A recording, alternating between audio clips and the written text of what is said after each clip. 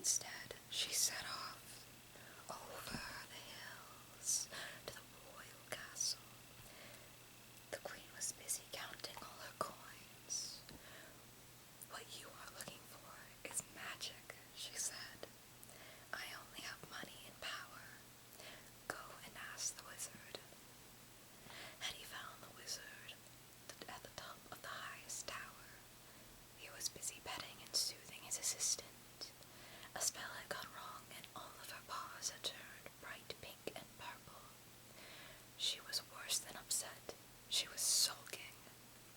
She wouldn't even go and fetch the spell book so he could turn her paws back to jet black again. "You hold the wand," the wizard said to Hetty. "I'll fetch the spell book." And off he went, the cat tucked underneath his arm. Hetty was left all alone. She was left all alone for a very long time. She was cold, she was bored, and she was very, very hungry.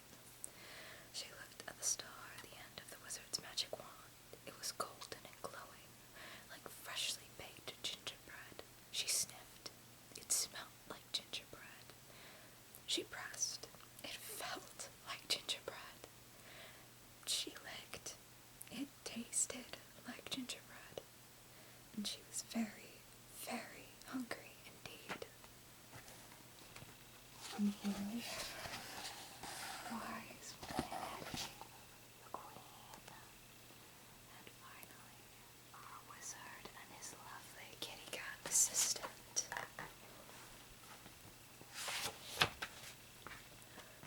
All of a sudden, before she even realized what she was doing, Hetty had gobbled up the star, whole in one go. She was horrified, and she could hear the wizard coming back.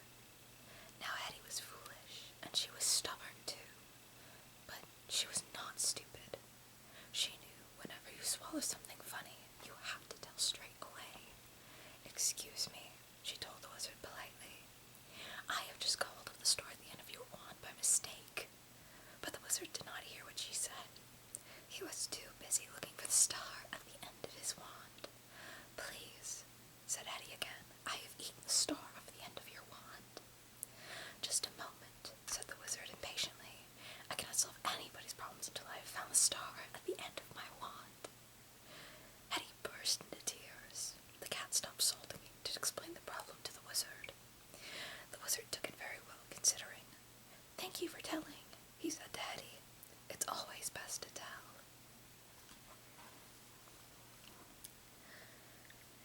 The cat agreed. "And there are plenty more wand stars in the closet. We bake them twice a week and put the magic filling in on Thursdays." "So," said Hetty, "I am not poisoned." "Poisoned!" exclaimed the wizard. "Certainly not. What a rude suggestion. The worst that will happen to you is that you'll start to glow a bit inside." "Like a glowworm?" asked Hetty, getting excited. "Like a glowworm?" "I'm afraid so," said the wizard. "How long will it last?" asked Hetty. "Till you grow up," said the wizard. "If you are frugal and do not leave it on all night." "Oh, bliss!" breathed Hetty. "Oh, joy!" "We'd better take her home," observed the cat. "It's getting dark." They all set off together. The cat wore boots. On the way, Hetty kept glowing in the gathering dusk. It was a bit embarrassing. She tried to distract the cat and the wizard by pointing out bits of scenery, until she got the knack of switching on and off. Just as they arrived at the yard, Hetty's father came out and called her in for supper. "Goodbye," said the wizard. "It was nice to meet you, even though I never did find out what it was you wanted." "I don't want anything," said Hetty. "I have everything I want." And so she did. She lit the way home through the woods when it was dark. She found things people had lost in murky corners. And best of all, she could read secretly in bed at night without anyone catching her. And since she was frugal and never left it on all night, it lasted till she grew up. The end. Here is the wizard searching for his own star, and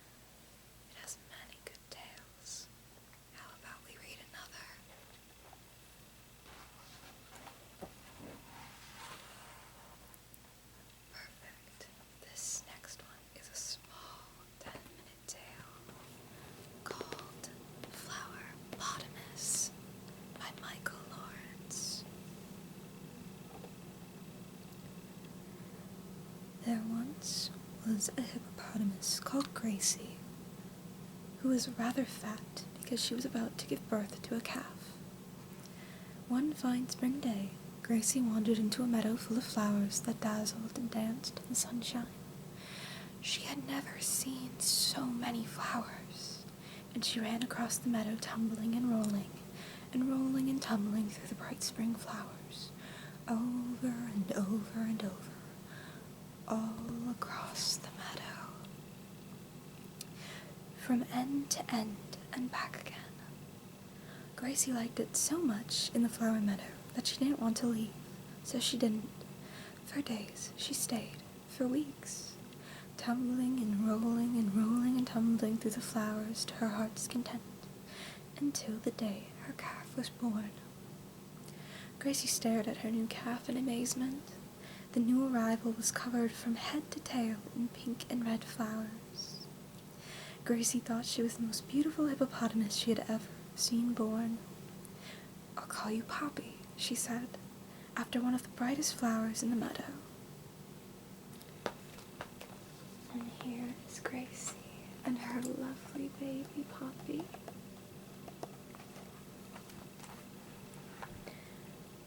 But there were some who did not think Poppy beautiful. They laughed at her. "A hippopotamus covered in flowers," the young hippopotamuses cried. "How ridiculous, how absurd. Whoever heard of such a thing? We have a better name for you. We'll call you Flowerpotamus." One day, Poppy was sitting unhappily by the river, wishing she wasn't covered in flowers. She didn't like being stared at and joked about. She didn't want to be different. She wanted to be like the others, not colorful, not covered in flowers, but gray and ordinary. Suddenly, she heard a shout. "Look, there's Flowerpotamus admiring herself in the water. Come on, we'll show her and her fine flowery skin." 6 young hippopotamuses charged at her. Poppy jumped up in fright and ran through the nearby gate. There she found a meadow full to bursting with flowers that dazzled and danced in the sunshine. She raced across the meadow and would have run out to the other side, but the way was barred by a fence. And here we have Gracie running from the mean hippos.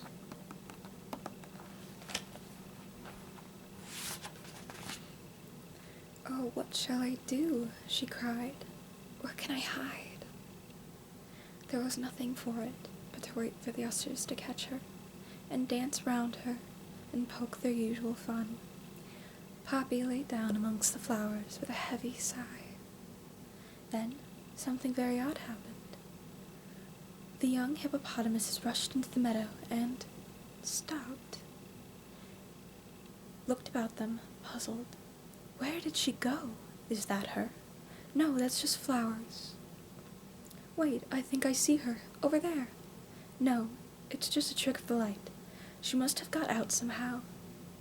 Poppy realized that they could not see her in the flower-covered meadow because she, too, was covered in flowers.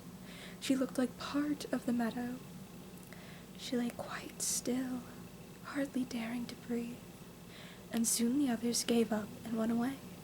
Then Poppy laughed out loud and tumbled and rolled and tumbled through the bright spring flowers over and over, all across the meadow from end to end, and back again. From that day on, Poppy knew what to do when the other hippopotamuses chased her. She simply ran in a flower-covered meadow and lay down. It worked every time. They never saw her. All through the spring she played this trick on them, and all through the summer too. But then, one day, she ran into a meadow and the flowers were gone. Leaves were falling from trees, but she couldn't hide among leaves. The other hippopotamuses caught her and made her life a misery. With nowhere to hide and no friends to talk, Poppy became sad and lonely. Tears sprang from her eyes like enormous petals. The only things made worse. Now they laughed at her tears. Winter came, and Poppy made up her mind to leave the herd. She knew whatever she did, however friendly she was, the others would never treat her as one of them. She didn't belong there. She traveled a long way, and as she traveled, the skies darkened. Rain began to patter down. Thunder rumbled overhead, and lightning struck. The trees shook. She took shelter in a cave. Darkness closed about her, and she was glad. I'll stay here forever, she thought. No one will laugh at me if they can't see me. But then she heard a voice from the deep in the darkest dark. "Who's there?" said the voice. "What are you?" Poppy's heart thumped. "My name's Poppy, and I am a hippopotamus." "Oh," the other voice said ghostly. You're not thinking of stopping, are you?" "Well, I was," Poppy replied. Well, I'd better tell you that I am a hippopotamus too." In that case, Poppy thought to herself, it's a good thing it's so dark in here. Weeks passed, and though they could only just make out one another in the gloom, the two hippopotamuses began to get on rather well. Poppy sometimes wished they could go out into the light, but if we did, she thought, he'd laugh at me like all the others. So they stayed inside, in the dark.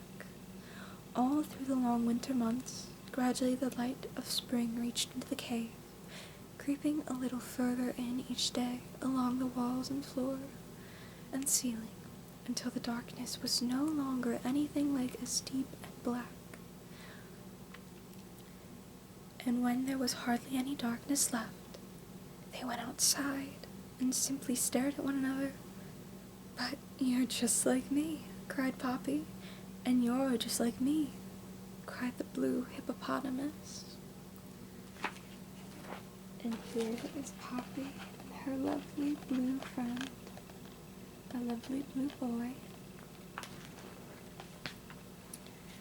"When your mother was expecting you," Poppy said, "did she live in a meadow full of flowers?" "Yes," said the blue hippopotamus. "And did the others laugh at you and poke fun at you so that in the end you ran away?" "Yes," said the blue hippopotamus. "Well," said Poppy. "Yes," said the hippopotamus. "And if I may say so, yes," said Poppy. "You're beautiful." Now as it happened, just beyond the cave there lay a meadow full of flowers that dazzled and danced in the sunshine. The two hippopotamuses laughed out loud as they tumbled and rolled and tumbled through the bright spring flowers, over and over, all across the meadow, from end to end, and back again. They never wanted to leave. Time passed, and the two hippopotamuses produced calves of their own. Each calf, to their delight, was covered from head to tail in flowers. Each spring the whole family would tumble through the meadow to their heart's content. And if strangers came, they simply lay down until they went away. No one laughed at the flower-covered hippopotamuses. No one made fun of them. No one chased them, because no one knew they were there. And here they are. And that, my friends, was our stories for tonight.